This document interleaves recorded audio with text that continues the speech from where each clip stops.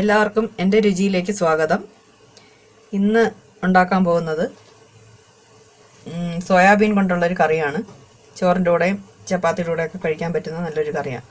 അതിന് വേണ്ടുന്ന സാധനങ്ങൾ 1.5 കപ്പ് സോയ ചങ്ക്സ്, ഒരു 2 മീഡിയം സൈസിലുള്ള ഉരുളക്കിഴങ്ങ് ഇതുപോലെ ചെറുതായി കട്ട് ചെയ്തത്,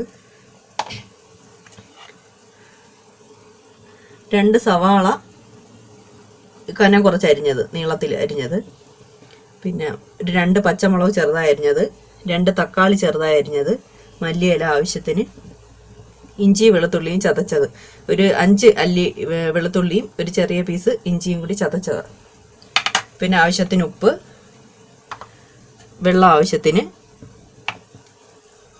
ആവശ്യത്തിന് എണ്ണ. ചേർക്കുന്ന മസാലകളെന്ന് പറഞ്ഞാൽ മഞ്ഞൾപ്പൊടി, മുളക് പൊടി, മല്ലിപ്പൊടി, ഗരം മസാല. ഇനി ഈ സോയ ചങ്ക്സ് തിളച്ച വെള്ളത്തിലിട്ട് ഒന്ന് കുതിർത്ത് പിഴിഞ്ഞെടുക്കണം. അതിന് ആ തിളയ്ക്കുന്ന വെള്ളത്തിൽ ഒരു 1/4 ടീസ്പൂൺ മഞ്ഞൾപ്പൊടിയും 1 ടീസ്പൂൺ ഉപ്പും 1/2 ടീസ്പൂൺ കുരുമുളക് പൊടിയും ഇട്ട് തിളയ്ക്കുന്ന ആ വെള്ളത്തിലാണ് ഇത് കുതിർക്കേണ്ടുന്നത്. ഇത് പിഴിഞ്ഞെടുക്കാം. ഇനി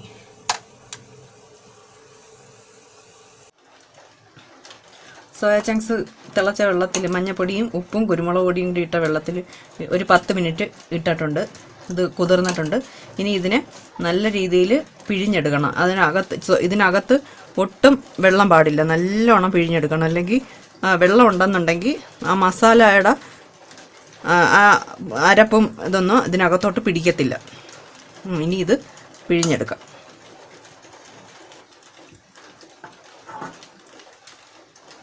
സോയ ചങ്ക്സ് എല്ലാം പിഴിഞ്ഞെടുത്ത് കൊണ്ടുവന്നിട്ടുണ്ട്.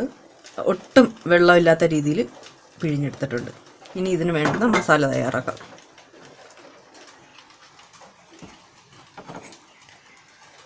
സ്റ്റൗ കത്തിച്ച് ഒരു പാൻ അടുപ്പിൽ വയ്ക്കാം.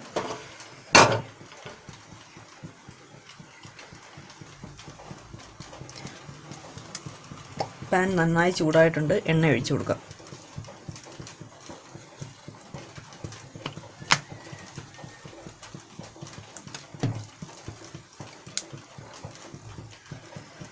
ഇനി ഇതിലേക്ക് വെളുത്തുള്ളിയും ഇഞ്ചിയും ചതച്ചത്,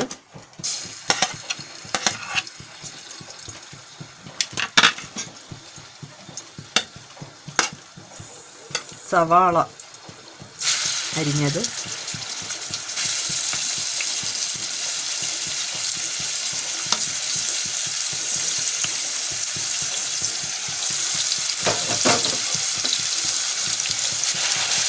ഇട്ട് നന്നായിട്ട് വഴറ്റി കൊടുക്കാം. സവാള പെട്ടെന്ന് വഴണ്ട് കിട്ടാൻ വേണ്ടി എല്ലാവരും ഉപ്പ് ചേർക്കാറുണ്ട്. ഞാൻ ഇതിനകത്തോട്ട് ഒരു നുള്ള് ബേക്കിംഗ് സോഡ ചേർക്കുകയാണ്. പെട്ടെന്ന് ഉപ്പിടുന്നതിനേക്കാളും പെട്ടെന്ന് വഴന്ന് കിട്ടും. ഇത്ര ഒരു നുള്ളേ ചേർക്കുന്നുള്ളൂ സോഡാപ്പൊടി. പെട്ടെന്ന് വഴന്ന് കിട്ടും. നന്നായിട്ട് വഴറ്റിയെടുക്കാം. ഇതുപോലെ നല്ല സവാള എല്ലാം നന്നായിട്ട് വഴന്ന് വരും ഈ സോഡാപ്പൊടി ഇടുന്നത് കാരണം. എല്ലാവരും ഉപ്പാണ് ചേർക്കുന്നത്, പക്ഷെ ഇത് ടേസ്റ്റ് വ്യത്യാസമൊന്നും വരത്തില്ല. നല്ല ടേസ്റ്റൊക്കെ തന്നെ. മൊത്തത്തിൽ അങ്ങ് അലിഞ്ഞ് ചേരും സവാള സോഡാപ്പൊടി ചേർക്കാം. ഇതുപോലെ ഉള്ളി വഴറ്റി ചിക്കൻ കറിക്കായാലും പിന്നെ മുട്ടക്കറിയൊക്കെ ഉണ്ടാക്കുന്നതിന് എല്ലാത്തിനും നമുക്ക് ഈ സോഡാപ്പൊടി ഒരു നുള്ള് ചേർത്ത് കഴിഞ്ഞാൽ ഇതുപോലെ പെട്ടെന്ന് വഴന്നിട്ട്. ഇപ്പോൾ 1 മിനിറ്റ് പോലും ആയില്ല, അതിനു മുമ്പ് ഇതുപോലെ അങ്ങ് വഴന്ന് വന്ന്. ഇനി ഇതിലേക്ക് അരിഞ്ഞു വെച്ചേക്കുന്ന പച്ചമുളക് ചേർക്കാം. പച്ചമുളക് ചേർത്ത് ഇനി ആവശ്യത്തിനുള്ള മസാലകൾ ചേർക്കാം.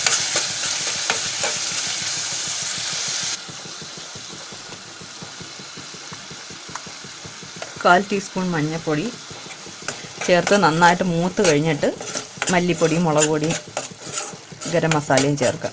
ഇത് പൊടികൾ ചേർക്കുമ്പം എപ്പോഴും ലോ ഫ്ലെയിമിലിട്ട് വേണം ചെയ്യാൻ, അല്ലെങ്കിൽ അത് അടിക്ക് പിടിക്കും.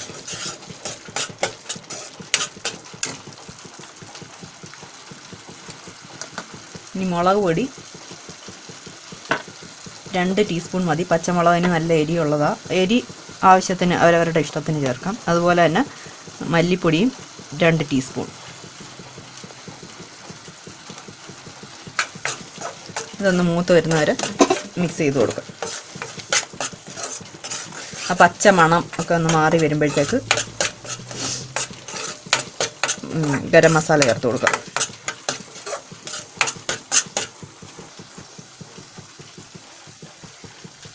ഗരം മസാല ചേർത്ത് കൊടുക്കാം 1 ടീസ്പൂൺ.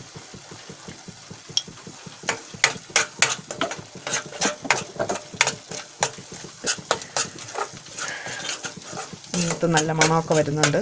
ഇനി ഇതിലേക്ക് അരിഞ്ഞു വെച്ചേക്കുന്ന തക്കാളി, 2 തക്കാളി ചെറുതായിട്ട് അരിഞ്ഞതാണ്, അത് ചേർത്ത് കൊടുക്കാം.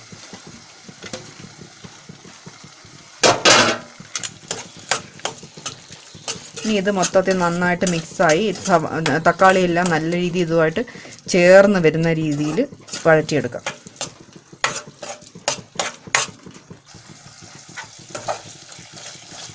തക്കാളി ചേർത്തതിന് ശേഷം 2 മിനിറ്റ് ആയിട്ടുണ്ട്.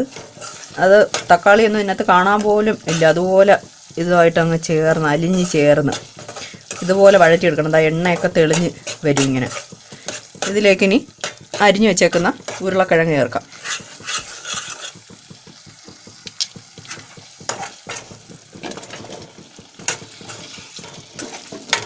ഉരുളക്കിഴങ്ങും ചേർത്ത് നമ്മൾ ഇതിനകത്ത് ഉപ്പ് ചേർത്തിട്ടില്ല.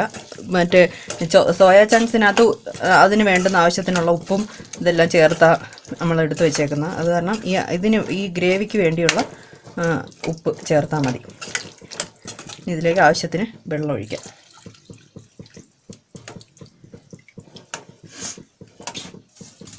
ഇത്തിരി വെള്ളം കൂടി നിന്നാലും കുഴപ്പമില്ല. ഇനി ഇതിനകത്ത് സോയ ചങ്ക്സും കൂടി ഇടാനുള്ളതല്ലേ. നല്ല തിക്കായിട്ടുള്ള ഗ്രേവിയാണ്.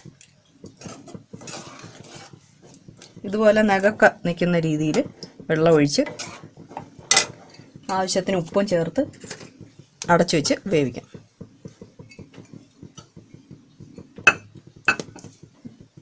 ഉപ്പൊക്കെ അവരവരുടെ ടേസ്റ്റിനനുസരിച്ച് ചേർക്കണം. ഇത് തീ കൂട്ടി വെച്ച് നല്ല രീതിയിലൊന്ന് തിളച്ച് വരുമ്പോഴത്തേക്ക് ചെറിയ തീയിൽ ആക്കി വേവിക്കാം. അടച്ചു വെച്ച് വേവിക്കാം.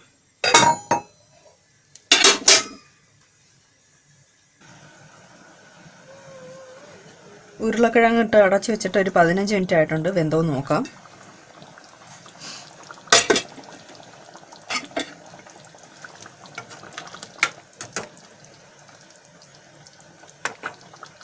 ഉരുളക്കിഴങ്ങെല്ലാം നന്നായിട്ട് വെന്തിട്ടുണ്ട്. ഇതിനകത്ത് തക്കാളിയും പിന്നെ സവാളയൊന്നും കാണാൻ പോലും ഇല്ല. ആ സോഡാപ്പൊടി ചേർത്തേണ്ടതാണ്. അത് മൊത്തം അലിഞ്ഞങ്ങ് ചേർന്ന് നല്ല കുറുകിയ ഗ്രേവി ആയിട്ടിരിക്കും. ഇപ്പം ഇനി ഇതിലേക്ക് പിഴിഞ്ഞ് വെച്ചേക്കുന്ന സോയ ചങ്ക്സ് ഇടാം.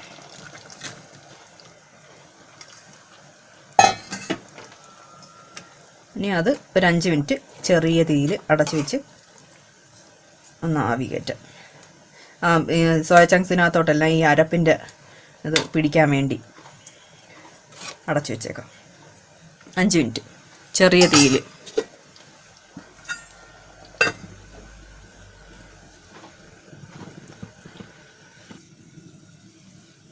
അഞ്ച് മിനിറ്റ് ആയിട്ടുണ്ട്. തുറന്ന് നോക്കാം.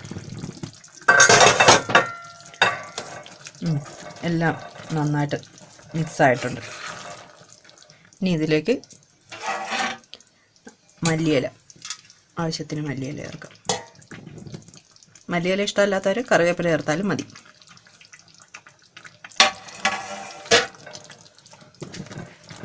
ഇനി അവസാനമായിട്ട് ഒരു 1/4 ടീസ്പൂൺ പഞ്ചസാര, ഉപ്പും പുളിയും ഒക്കെ ഒന്ന് ബാലൻസ് ആവാൻ വേണ്ടി ഒരു 1/4 ടീസ്പൂൺ പഞ്ചസാര. അത് നന്നായിട്ട് മിക്സായി കഴിയുമ്പോഴത്തേക്ക് കറി റെഡി. ചോറിൻ്റെ കൂടെയും ചപ്പാത്തിയുടെ കൂടെയൊക്കെ തിന്നാൻ നല്ല ടേസ്റ്റി ആയിട്ടുള്ള കറിയാണ്.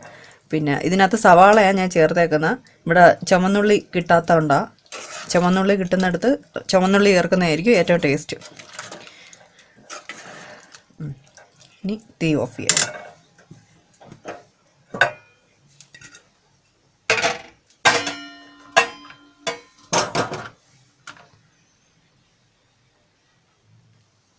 വേറൊരു പാത്രത്തിലോട്ട് മാറ്റാം.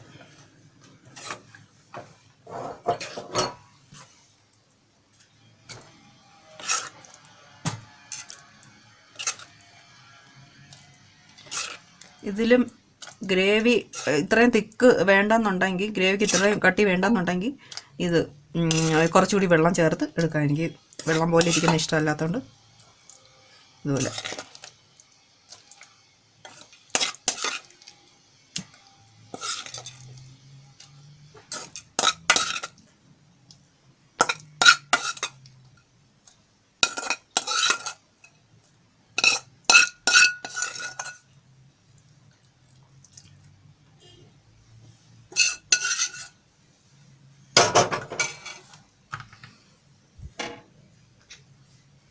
കുറച്ച് മല്ലിയിലയും കൂടി ചെറുതായിട്ട് പിച്ചിടും.